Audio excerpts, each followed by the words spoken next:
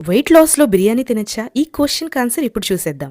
మనం వెయిట్ లాస్‌లో ఉన్నప్పుడు ఏ meal start చేసినా సరే మీరు సలాడ్‌తో స్టార్ట్ చేయండి. సో, ఇక్కడ నేను స్టీమ్డ్ క్యారట్స్ అండ్ ఆనియన్స్ తీసుకున్నాను. మనం క్యారట్స్‌ని స్టీమ్ చేసి తీసుకుంటే దానిలో ఉన్న బీటా కెరటిన్ 70% మనం ఈజీగా అబ్జార్బ్ చేసుకోవచ్చు. ఇక్కడ ఒక 100 గ్రామ్స్ కాబులి చనా మసాలా తీసుకుంటున్నాను. ఇది 100 గ్రామ్స్‌లో నాకు 8-9 గ్రామ్స్ ప్రోటీన్ అయితే ఉంటుంది. But watch out. 100 grams rice తీసుకుంటే మనకి ఎన్ని కార్బ్స్ వస్తాయో దీనిలో కూడా సేమ్ కార్బ్స్ వస్తాయండి. నార్మల్‌గా మనం తినే వైట్ రైస్ గ్లైసెమిక్ ఇండెక్స్ అనేది 70-90 ఉంటుంది. దానివల్ల ఈజీగా మన బాడీలో అబ్జార్బ్ అయ్యి షుగర్ లెవెల్స్‌ని రైజ్ చేస్తుంది. దానివల్ల ఇన్సులిన్ కూడా రైజ్ అవుతుంది. ఇన్సులిన్ రైజ్ అవ్వడం వల్ల అది ఒక ఫ్యాట్ మేకింగ్ హార్మోన్ కాబట్టి ఫ్యాట్ అనేది స్టోర్ అవుతుంది. సో, దాని బదులు మనం బిర్యానీలో వాడేది బాస్మతి రైస్ కాబట్టి దాని జీఐ వాల్యూ అనేది 50-58 ఉండడం వల్ల compare to white rice basmati rice అనేది ఒక గుడ్ ఆప్షన్ అండి. ఇది డైలీ యూజ్‌కి కూడా చాలా మంది న్యూట్రిషనిస్టులు సజెస్ట్ చేస్తారు.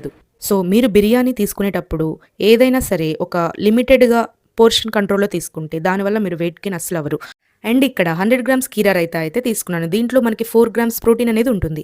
అండ్ మనం ఎప్పుడు కర్డ్ కన్జ్యూమ్ చేసుకున్నా స్కిమ్ మిల్క్‌తో యూజ్ చేసిన కర్డే యూజ్ చేయండి. అది లో ఫ్యాట్ ఉంటుంది కాబట్టి. ఇలాంటి మరెన్నో ఇన్ఫర్మేటివ్ వీడియోస్ కోసం వెయిట్ లాస్ రెసిపీస్ కోసం ఛానల్‌ని సబ్స్క్రైబ్ అవ్వండి.